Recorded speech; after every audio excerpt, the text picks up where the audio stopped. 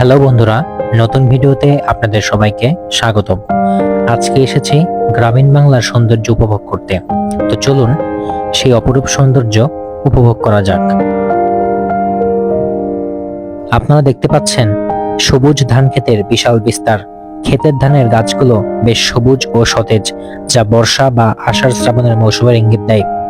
এবং তাল গাছ বাংলার গ্রামীণ প্রাকৃতিক দৃশ্যের অন্যতম প্রতীক।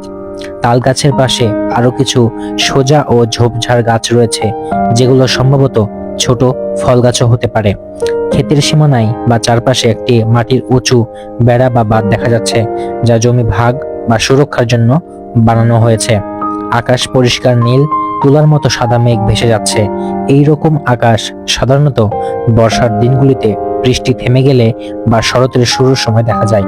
আবহাওয়াটা পরিষ্কার, বাতাস সম্ভবত ঠান্ডা এবং মনোরম। গ্রাম বাংলার এই দৃশ্য শান্ত, স্নিগ্ধ এবং গ্রামীণ প্রকৃতির স্বাভাবিক সৌন্দর্য ফুটিয়ে তুলেছে। তাল গাছ গ্রামীণ বাংলার ঐতিহ্যের অংশ এবং ধান ক্ষেত বাংলাদেশের প্রধান ফসলি জমির প্রতীক। এমন দৃশ্য মানসিক প্রশান্তি আনে এবং প্রকৃতির প্রতি ভালোবাসা জাগায়। ধান ক্ষেত গাছগুলির রং উজ্জ্বল সবুজ, যা ধানের কচি চারা রোপণের পরবর্তী পর্যায় নির্দেশ করে। গ্রাম বাংলার সৌন্দর্যের অন্যতম একটি সৌন্দর্য হলো এই সবুজ ধান ক্ষেত। তাল গাছ, এই তাল গাছ গ্রাম বাংলার সৌন্দর্যের একটি ঐতিহ্যের প্রতীক।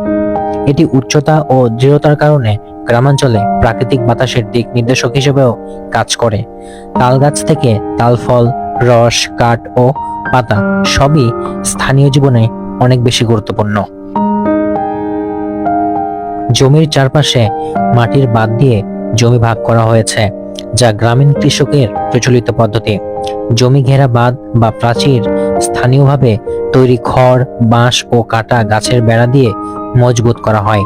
এর মাধ্যমে পশু বা অনাহত প্রাণীর হাত থেকে ফসল সুরক্ষিত রাখা হয়। গ্রামীণ বিল বাংলাদেশের কৃষি নির্ভর সমাজ ও প্রকৃতির বাস্তব রূপ দেখায়।